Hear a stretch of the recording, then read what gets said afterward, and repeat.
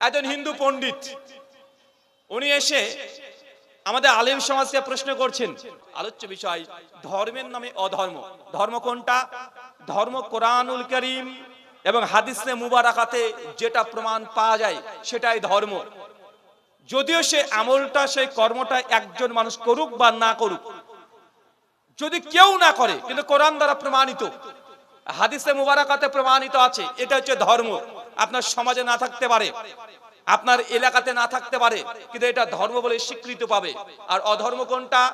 যেটা কোরআনে নেই, হাদিসে নেই, দীর্ঘদিন ধরে শুনে আসছেন, যেটা কোরআনে নেই, হাদিসে নেই, গোটা এলাকার মানুষ করছে, গোটা কোরআনে নেই, হাদিসে নেই, কিন্তু মানুষ করছে, ধর্ম মনে করেই করছে, এটাকে আমরা বলছি অধর্ম। কথা কি আমরা বুঝতে পারছেন? চলেন এ বিষয়ে আমরা কিছু কোরআনুল কারীম হাদিস থেকে আমরা জেনে নিই। প্রথম, গোটা বিশ্ব জগতে আজকে এই সমগ্র বিশ্ব জগৎ যদি ওয়ার্ল্ড ভিউ আপনি দেখতে যান, গোটা বিশ্ব জগতে মানুষের সংখ্যা প্রায় 800 কোটি। কত কোটি? আরো জোরে, কত কোটি? 100-200 নয়, 800 কোটি। আর এই 800 কোটি মানুষের মধ্যে ধর্ম আছে 4,500। কতগুলো? টাইমস অফ ইন্ডিয়া 2015 সালে 13 অক্টোবর পৃষ্ঠা নাম্বার 19-এ তা একটা খবর ছাপে বলছে গোটা বিশ্ব জগতে মানুষ আছে 800 কোটি, ধর্মের সংখ্যা 4,500। আমরা কটা ধর্মের নাম জানি? হিন্দু, মুসলিম, বৌদ্ধ, জৈন, ইহুদি, খ্রিস্টান, 10টা ধর্মের নাম ঠিক মতো বলতে পারবো না, কিন্তু কতগুলো ধর্ম আছে? 4,500। এবং প্রত্যেক ধর্মের অনুসারীদের কমন কিছু বিশ্বাস আছে। কি বিশ্বাস? আমার ধর্মই সত্য, আর আমার ধর্মে যে নেই সে জাহান্নামে যাবে। বলি কি বলি না? একটা উদাহরণ দিয়ে আপনি বুঝতে পারবেন। ধরেন একজন হিন্দু পণ্ডিত উনি এসে আমাদের আলেম সমাজকে প্রশ্ন করছেন যে মাওলানা, আমি একজন হিন্দু পণ্ডিত, আমি প্রত্যেক বছরে দুর্গা পূজা করি, আমি শ্রীকৃষ্ণের নাম জপ করি, মানে তসবিহ পাঠ করি, আমি উপোস থাকি সপ্তাহে একটা দিন, লাখ লাখ টাকা আমরা খরচ করি পূজা অর্চনা করতে গিয়ে। এমন কি একজন হিন্দু পণ্ডিত সে শুধু তার ঈশ্বরকে পাওয়ার জন্য সারা জীবন সে আমিষ খাবার মানে মাছ মাংসকে পরিত্যাগ করে দিয়েছে, করে দেয়। দেয় কি দেয় না? কথা বলেন। তার মানে তার ত্যাগটা কিন্তু মোটেও কম না। কেন?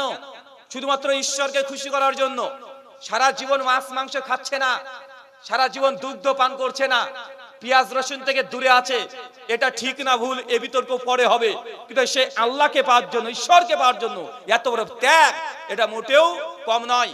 অনেক মুসলমান আছে দেখবেন, যদি আপনাকে মাছ মাংস যদি দেওয়া না হয় তখন মনে হবে যে আমি খেলাম তো আমাকে আপ্যায়ন করা হলো না, মনে হয় কি হয় না? কিন্তু শুধুমাত্র ঈশ্বরকে খুশি করার জন্য তার ধর্মের অনুভূতি আছে, এই জন্য সে সারা জীবন মাছ মাংসকে পরিত্যাগ করে দিয়েছে শুধু এক ঈশ্বরকে পাওয়ার জন্য। এখন সেই ব্যক্তি যদি এসে আমাদেরকে বলে যে হুজুর বলেন তো আমরা কি আপনাদের ধর্ম অনুযায়ী জান্নাতে যেতে পারবো? বলেন তো আমরা কি বলবো? আমাদের ফতোয়া কি হবে? যে না, তুমি যতই যা করো না কেন তুমি জান্নাতে যেতে পারবে না, তোমাকে জাহান্নামে যেতে হবে। কেন? কারণ তুমি শিরক করেছো, আল্লাহর পরিবর্তে অন্য কাউকে গড ঈশ্বর আল্লাহ হিসেবে বিশ্বাস করে তুমি শিরক করেছো, অতএব তুমি জাহান্নামে যাবে, এটা নিশ্চিত। অথচ লোকটা অনেক কিছুকেই দুনিয়া থেকে বর্জন করে দিয়েছে, তারপরেও ইসলামিক কনসেপ্ট অনুযায়ী সে নরক তথা জাহান্নামে যাবে। ঠিক একই জিনিস উল্টো করে দেন। আমরা মুসলমান একজন হিন্দু পণ্ডিতের কাছে যান, গিয়ে তখন জিজ্ঞাসা করেন যে স্যার আমরা তো মুসলমান, সামনে রমজান মাস আসছে, 30টা দিন আমরা না খেয়ে রোজা পালন করব তথা উপোস থাকবো, আমরা প্রতিদিন 5 ওয়াক্ত নামাজ আদায় করি, আমরা যাকাত দিই, হাজার হাজার টাকা মানুষকে দান করি, সাদকা করি, ওসর দিই, আমাদের সম্ভব যদি হয় আমরা বাইতুল্লাহ মক্কায় গিয়ে একবার হজ করে আসি, এত কষ্ট করি, বলেন তো আমরা যদি মারা যাই মুসলমান এই অবস্থাতে আমরা কি আপনাদের ধর্ম অনুযায়ী, সনাতন হিন্দু ধর্ম অনুযায়ী আমরা কি আপনাদের স্বর্গে যেতে পারবো? বলেন তো তাদের উত্তর কি হবে? তারা কি বলবে? তারা বলবে না তোমরাও নরকেই যাবে। আর যেমন তেমন নরক নয়, রৌরর নামক নরক আছে, 27 রকম নরক, তাহলে একটা নরকের নাম হচ্ছে রৌরর নামক নরক, মানে সব চাইতে মানে জাহান্নামীদের মধ্যে নিকৃষ্ট জাহান্নাম যেটা, ওই জাহান্নামের নাম হচ্ছে রৌরর নামক নরক। ওনারা বলবে তোমরা মুসলমান, তোমরা জান্নাত যাবে, আরে তুমি তো আমাদের গৌ মাতাকে হত্যা করে খেয়ে নিয়েছো। বলে কি বলে না? কথা বলেন। মহাভারত অনুশাসন পর্ব অধ্যায় নাম্বার 87 শ্লোক সংখ্যা 22, 23, 24 পর লেখা আছে, গরুড় পুরাণ উত্তরাখণ্ড 3য় অংশের 14 নম্বর শ্লোকে লিখছে, যারা এ জন্মে গরুকে জবাই করে হত্যা করে গৌ মাতাকে হত্যা করেছে তারা পরের জন্মে তার নরকে যাবে। কোথায় যাবে? কোথায় যাবে? এটা হিন্দু ধর্ম অনুযায়ী আমরা নাকি নরকে যাব। এখন উনাকে যতই বলেন আমরা প্রতিদিন নামাজ পড়ি, আমরা রোজা করি, আমরা হজ করেছি, যাকাত দিই, মানুষকে সহযোগিতা করি, দান করছি, লাখ লাখ টাকা আমরা জনগণকে দিয়ে দিই, আমরা এত আমল করার পরেও তাদের বিশ্বাস অনুযায়ী আমরা কোথায় যাব? নরকে যাব। তার মানে 4,500 ধর্ম আছে, একে অপরকে আমরা বলছি যে তাদের ধর্মটা ঠিক না, বলি কি বলি না? তাহলে প্রকৃত ধর্ম কোনটা খুঁজতে হবে কি হবে না? আপনি শুধুমাত্র মুসলমানের মধ্যে আছে হানাফি, শাফি, মালিকি, হাম্বলি, আহলে হাদিস, দেওবন্দি, বেরেলভি, জামাত ইসলামী, এই শত শত দল শুধু মুসলমানের মধ্যে ঢুকে গেছে। আমরা একে অপরকে বলছি যে তুই জাহান্নামে যাবি, আমরাই জান্নাতি দল, বলি কি বলি না? অপরদিকে গোটা ওয়ার্ল্ড ভিউ যদি দেখেন, তা গোটা বিশ্বের ধর্মগুলো বলছে যে ইসলাম মানে হচ্ছে জঙ্গি, বলছে না? এটা কয়েকদিন আগে আমাদের পশ্চিম বাংলারই জননেত্রী হিসেবে পরিচিত অগ্নিমিত্রা, তিনি ডাইরেক্ট বলছে যে মাদ্রাসায় জঙ্গি তৈরি হয়। বললো না কিছুদিন আগে, বলছে মাদ্রাসায় জঙ্গি তৈরি হয়। এখন মাদ্রাসা মানেই তারা প্রচার করছে এটা জঙ্গি সন্ত্রাসের, এটা আতর ঘর। মাদ্রাসা মানেই এরা সন্ত্রাস তৈরি হয়, মুসলমানের দাড়ি মানেই এরা জঙ্গি, বলে কি বলে না? গোটা বিশ্ব জগৎ ইসলামের ভিউ হচ্ছে এটাই। মুসলমানের কোরআনকে বলছে এটা জঙ্গিবাদের বই, মুসলমানকে দেখলে তারা বলছে জিহাদি, ভারতীয় মুসলমানকে দেখলে তারা বলছে যে তোরা পাকিস্তানে চলে যা, ভারতে তোদের কোনো স্থান নাই, বলছে কি বলছে না? আরে গোটা বিশ্ব জগতের প্রেক্ষাপট এটাই, শুধু ভারতের নয়। কিন্তু আমরা মুসলমান, আমরা না ধর্ম করি, না ধর্ম জানি, না রাজনীতি বুঝি, না অর্থনীতি বুঝি। আমাদের বুঝা একটাই, শুধুমাত্র সকালবেলায় বেরিয়ে যেতে হবে, যে কোনো মূল্যে 500 টাকা রোজগার করতে হবে, তারপর বউ ছেলেকে নিয়ে সংসার জীবন যাপন করতে হবে, এতটুকুই। এর বাইরে মুসলিম আজকে পশ্চিম বাংলা নয়, গোটা ভারতবর্ষে আমাদের টার্গেট একটাই, শুধু ইনকাম করতে হবে, পেটে দিতে হবে, আর পায়খানাতে গিয়ে পায়খানা করে শেষ করে দিতে হবে। এছাড়া আমাদের কোনো ডেস্টিনেশন নাই। গোটা বিশ্ব জগতে মুসলিম জাতি আজকে মার খাচ্ছে না? আল্লাহ বলছেন কোরআনুল কারীমে সূরা ইমরান সূরা 3 আয়াত নম্বর 110, কুনতুম খায়রা উম্মাহ, এই মুসলিম জাতির মধ্যে একটা জামাত, একটা দলকে আল্লাহ বলছে খায়রা উম্মাহ, এরা সর্বশ্রেষ্ঠ জাতি। কিন্তু গোটা বিশ্ব জগৎ দেখেন, মুসলিম জাতিকে সর্বশ্রেষ্ঠ জাতি বলবেন, আজকে তারা কোন দিক দিয়ে গিয়ে আছে? কোন দিক দিয়ে আছে? মুসলিমরা আজকে শিক্ষাতে সবচেয়ে চাইতে পেছনে, মুসলিমরা আজকে টেকনোলজি আবিষ্কারের দিক থেকে সবচেয়ে পেছনে, তার অর্থনীতি বুঝে না, সমাজনীতি বুঝে না, সব দিক দিয়ে মুসলিম জাতি আজকে নিচু থেকে নিচু স্তরে গেছে কি যায় নাই? কিন্তু একটা সময় এমনটা ছিল না। একটা সময় মুসলমানদের ছিল জয় জয় অবস্থা, গোল্ডেন পিরিয়ড বলা হয় মুসলমানদের সময়কে। যখন ইমাম বুখারী রাহিমাহুল্লাহ জন্মগ্রহণ করছে, তারপর থেকে ইমাম ইবনে হাজার আসকালানি পর্যন্ত এই সময় প্রায় 200 থেকে 700, প্রায় 500 বছর মুসলমান গোটা বিশ্ব জগতে তার রাজত্ব করেছে না? সেই সময়তে আচ্ছা, আমরা ভারতবর্ষের মানুষ, এই দেশ আজকে আমাদেরকে প্রমাণ করতে হচ্ছে যে আমরা দেশকে ভালোবাসি কি বাসি না। আজকে আমাদেরকে ত্যাগ দিচ্ছে তারা, যে দেশের গাদ্দার, বলছে কি বলছে না? অথচ এই দেশটাকে মুসলমানরা 800 বছর ক্ষমতায় ছিল। কত বছর? একটা দুটো বছর নয়, 800 বছর মুসলমানরা রাজত্ব চালিয়েছে। 800 বছর যদি আমরা ক্ষমতায় থেকেই থাকি, তো মুসলমানকে যদি প্রশ্ন করে যে তোমরা এই দেশের নাগরিক না, তোমরা পাকিস্তানে চলে যাও, ভাই এর চাইতে দুর্ভাগ্যের কপাল আর কিছু হতে পারে না। কেন? কারণ এর জন্য দায়ী ওই যোগী আর মদিনা।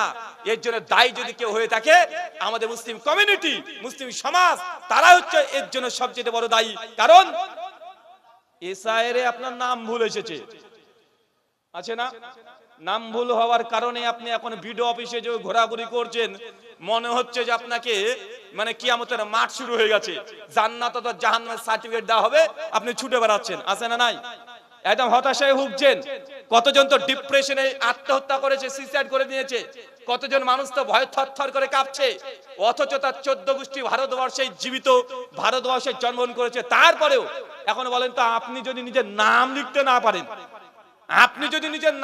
না পারেন, একটা সরকারি ফর্ম আসছে, এই ফর্মটা যদি নিজ হস্ত দিয়ে, হাত দিয়ে আপনি যদি ফিল আপ করতে না পারেন, তো আপনার নাম ভুল আসবে না, তো কার আসবে? আরে আপনি তো একটা ইংরেজি ফর্ম যদি আপনার হাতে দিয়ে দেওয়া হয়, আপনি তো হার্ট অ্যাটাক করেন, কার কাছে ফিল আপ করবেন? কার কাছে যাবেন? যার তার কাছে ফিল আপ করে নিচ্ছেন, বা যেই অফিসার আছে তাকে বলছেন আপনি ফিল আপ করে দেন, তো আপনার নাম আছে রেন্টু করে দিয়েছে বল্টু। তো ভাই সমস্যা কার?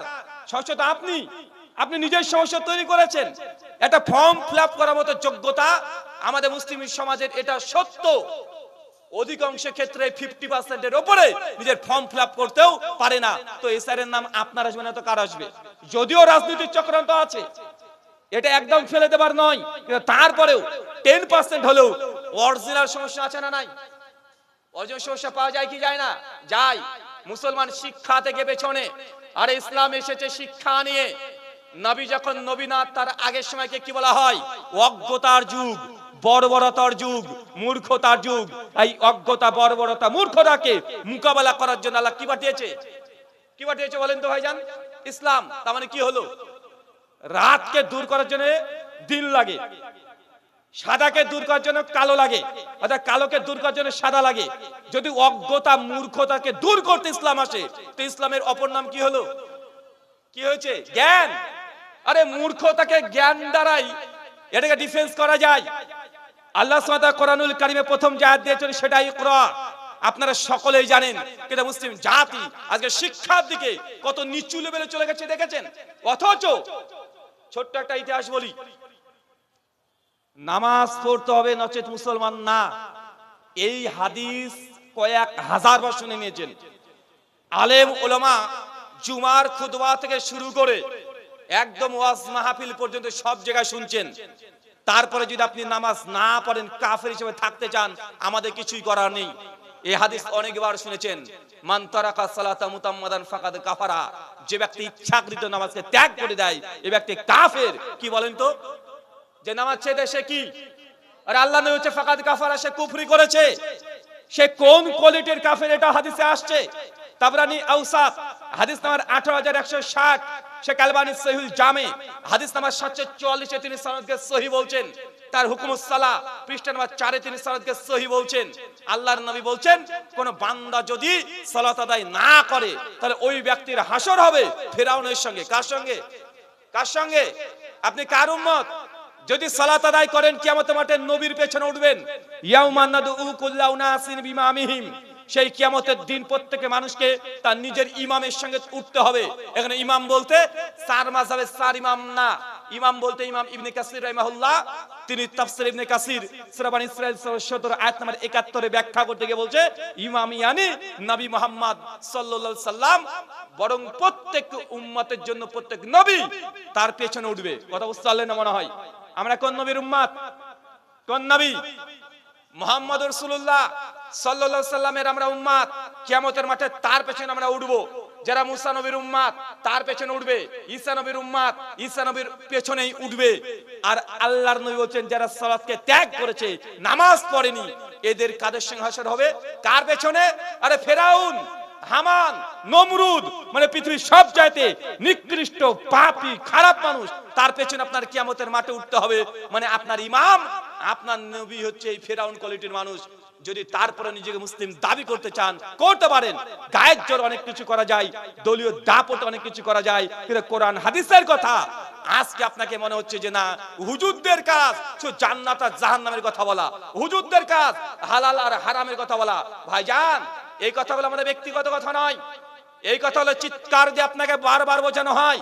এই কথাগুলো আমাদের কথা নয়, এই কথা স্বয়ং কোরআনুল কারীমের কথা। আর কোরআন হচ্ছে আল্লাহর বাণী। আল্লাহ হচ্ছেন তিনি যিনি আপনাকে সৃষ্টি করেছেন। আল্লাহ তো তিনি যিনি গোটা বিশ্ব জগৎকে সৃষ্টি করেছেন। তিনি আবার পুনরুত্থান করতে পারেন। পারেন কি পারেন না? পারেন কি পারেন না? আর তিনি যদি কোরআনে এই কথাগুলো বলে, আরে দীর্ঘ 1500 বছর ধরে পৃথিবীর কত বিজ্ঞানী সায়েন্টিস্টরা তার চেষ্টা করছে কোরআন মাজিদের একটা ভুল ধরার জন্য। আজ পর্যন্ত কেউ পেরেছে? কেউ পেরেছে? কেউ একটা ভুল দেখাতে পারছে না। আরে গোটা বিশ্ব জগৎ ইসলামকে টার্গেট, গোটা বিশ্ব জগৎ মুসলমানকে টার্গেট। মুসলিমদেরকে জঙ্গি, সন্ত্রাসী বলেও গোটা বিশ্ব জগতে তারা কোরআন মাজিদের আজ পর্যন্ত একটা ভুল ধরতে পারে না। তো কোরআনে যদি সবই ঠিক হয়, কোরআনে তো জান্নাতের কথা আছে, এই কোরআনে তো জাহান্নামের কথা আছে, এই কোরআনে তো নামাজ পড়ার কথা আছে। যদি এতগুলো আয়াত কেউ ভুল ধরতে না পারে, তো জান্নাত জাহান্নাম এই কথা যদি কোরআনে থাকে, তো এটা সত্য কি সত্য নয়? সত্য কি সত্য নয়? একজন আমাকে প্রশ্ন করছে, রুহুল আমিন ভাই, আপনার আমি আলোচনা শুনি, অনেকগুলো আলোচনা শুনেছি, ভালো লাগে। আপনার সঙ্গে হিন্দুদের ডিবেট বিতর্ক দেখেছি, দারুণ লাগে। তবে আমি কবরের আযাবকে বিশ্বাস করি না। কিসে বলেন তো? কবরের আযাব। আমি অবাক হয়ে বললাম, ভাইজান কেন? উনি তখন আমাকে বলছেন যে রুহুবিন ভাই, আপনাদের হুজুরদের মুখ থেকে শুনেছি বক্তারা বলে কবরে যখন মানুষকে রেখে আসা হয় তারপরে কবরে আযাব দেয়, আর এত ভয়ঙ্কর আযাব, ডান পাজরে হাওয়ার বাম পাজরে চলে যায়। একটা নাকি সাপ থাকবে 70 খানা মুখ থাকবে, একবার ছবল মারলে 70 বছর ধরে সে যন্ত্রণা ভোগ করবে। তো আমার খুব ছোট থেকেই শখ যে আমি কবরের আযাব দেখব। বলেন তো কি দেখবে? কবরের আযাব। বলছে জান্নাত জাহান্নাম এগুলো তবে মরার পরে, না মরলে তা দেখতে পাচ্ছি না। মরার পরে দেখতে হবে জান্নাত আছে না জাহান্নাম আছে, কিন্তু কবরে আযাব, কবর তো দুনিয়াতেই, তাই আমি কবরের আযাব দেখব, এটা তার ইচ্ছা। উনি তখন আমাকে বলছেন যে আমাদের বাড়ির পাশে একটা ফুটবল ময়দান আছে, তার পাশে একটা কবরের স্থান, অনেকগুলো কবর। আমরা যখন ফুটবল খেলি জোরে করে একটু যদি ফুটবলটাকে মেরে দিই, মাঝে মধ্যেই কবরের মধ্যে বলটা চলে যায়। আর আমাদের বন্ধু যারা আছে খুব ভীতু, তারা কবরে ঢুকতে চায় না, কিন্তু আমি বারবার প্রবেশ করি। যখন বলটাকে তুই কবরের ভেতর থেকে হাত দিয়ে তোলা পরে কবর দিকে তাকিয়ে থাকি, কই করে আযাব তো দেখা যায় না, কই সাপ তো দেখা যায় না। সাপ দেখাতে গেলে তো দুনিয়ার সাপ, ওই ভেন্টির সাপ, খরির সাপ এইগুলো দেখা যায়, পিঁপড়া দেখা যায়, কিন্তু কবরে আযাব কই দেখতে পায় না, শুধু হাড় কয়েকটা পড়ে থাকে। অতএব আমি কবরে আযাবকে বিশ্বাস করি না। ভাই আমার মানুষ আছে না নাই? যখন আমরা আলোচনা করি কবরে আযাব নিয়ে, জান্নাত জাহান্নাম, পুলসিরাত নিয়ে, মানে আনসিন ওয়ার্ল্ড, মানে অদৃশ্য জগৎ নিয়ে যখন আমরা কথা বলি, গায়েবী জগৎ নিয়ে যখন কথা বলি, মানুষের মধ্যে সংশয়, আরে হুজুর তুমি কি দেখে এসেছো মরার পরে কে দেখে আসলো কবরে আযাব হয়? মরার পরে কে দেখেছে যে তার কোনো প্রমাণ আছে না নাই? ভাই প্রশ্ন করা হয় কি হয় না? আমি তাকে প্রশ্ন করেছিলাম, ভাইজান স্বপ্ন দেখেন? আচ্ছা কে কে স্বপ্ন দেখেন একটু হাত তোলেন তো। এই কয়জন, বাকিগুলো দেখেন না? আচ্ছা আপনাদের হাতের অনেক দাম, নামিয়ে নেন। আচ্ছা স্বপ্নতে এমন কোন দিন দেখেছেন? কারণ বিজ্ঞান আমাদেরকে শিখাচ্ছে এই প্রশ্নগুলো এমনি আসে না, এই প্রশ্নগুলো আসে আমাদের মডার্ন যে সিলেবাস, স্কুল কলেজ ইউনিভার্সিটির যেসব পুস্তক বইপত্রগুলো আছে এগুলো। আচ্ছা স্কুল কলেজের বইপত্র যেই সবগুলো লেখা হয়, কার নেতৃত্বে লেখা হয়েছিল জানেন? তার নাম হচ্ছে উইলিয়াম মেকাল। কি নাম? উইলিয়াম মেকাল। উনি যখন ব্রিটিশরা যখন দেশ থেকে চলে গেল, তখন তিনি ভারতবর্ষের মানে সিলেবাস কি হবে তিনি এটাকে রচনা করে গেছেন। তিনি বলে গেছেন এই সিস্টেমে পড়াশোনা করতে হবে। তিনি কেন যে লিখেছেন এ কথাও তার আত্মজীবনীতে নিজে লিখে গেছে। তিনি এই কথা স্পষ্ট হয়ে বলছেন যে আমরা ভারতের মতো এত বড় একটা দেশকে ত্যাগ করে চলে গেলাম, কিন্তু আমরা চাই এই ভারতবর্ষে আমাদের চিন্তা চেতনাকে ঢুকিয়ে দেওয়া। কিভাবে সম্ভব? শিক্ষা ব্যবস্থা। কিসের মাধ্যমে? কিসের মাধ্যমে? শিক্ষা ব্যবস্থা। তিনি পরিষ্কার লিখছেন তার বইয়ে, তিনি বলছেন যে আমরা এমন এক সমাজ তৈরি করতে চাই, এমন এক সমাজ আমরা তৈরি করতে চাই যারা দেখতে হবে বাদামি, মানে ভারতীয়দের মতো, কেউ তাদের চিন্তা চেতনা বুদ্ধি দৃষ্টিভঙ্গি সবগুলো হবে পাক্কা ব্রিটিশ সাদা চামড়ার মতো। দেখেন আজ তার জন্য মুসলমান, নামে মুসলমান, নামাজ নাই, রোজা নাই, ইসলামের কথা বললে জ্বলতে শুরু করে দেয়। আছে না নাই? কেন? এই সিলেবাস তাকে ওইভাবে শেখানো হয়েছে। যখন স্কুলে আপনি পড়েছেন, মানুষের জ্ঞান অর্জন করা 5টা মাধ্যম। কয়টা মাধ্যম? 5টা। কি কি? সবাই পড়েছেন। চক্ষু, কর্ণ, নাসিকা, জিহ্বা, ত্বক। আমরা পড়েছি কি পড়ি নাই?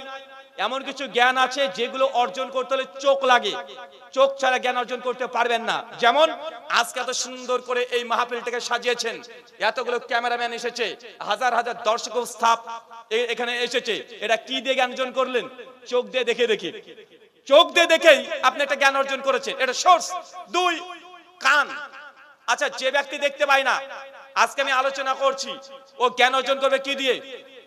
কি দিয়ে? এই কান দিয়ে। 3, নাক। এমন কিছু জ্ঞান আছে যেটা চোখ আর কান দিয়ে অর্জন করতে পারবেন না, এর জন্য নাক লাগবে। ধরেন আমার কাছে একটা পারফিউম আছে, এটা কি ধরনের সেন্ট, এটা যদি আপনি কানে ঢেলে দেন বুঝতে পারবেন? চোখ দিয়ে দেখে বলতে পারবেন না। আপনার কি লাগবে? নাসিকা, নাক। সুঘ্রাণ হোক আর যাই হোক, এর জন্য নাক প্রয়োজন হয়। আর কিছু জ্ঞান আছে যেটা চোখ কান নাকের প্রয়োজন হয় না, পারবেও না, জিহ্বার প্রয়োজন আছে। আছে না নাই? আপনাকে একটা গ্লাসে টক দেওয়া হয়েছে, শরবত, একটা ঝাল, একটা মিষ্টি, একটা এমনি পানি দেওয়া হয়েছে। ভাই বলেন তো চোখ দিয়ে দেখে বলতে পারবেন কোনটা কি টেস্ট? না। এর জন্য কি লাগবে? জিহ্বা।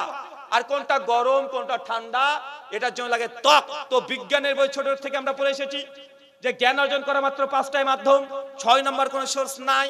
তার জন্য সাধারণ এই তরুণ যুবক তারা চিন্তা করে কবরে আযাব হয়, চোখ দিয়ে তো দেখা যায় না, কান দিয়ে তো শোনাও যায় না।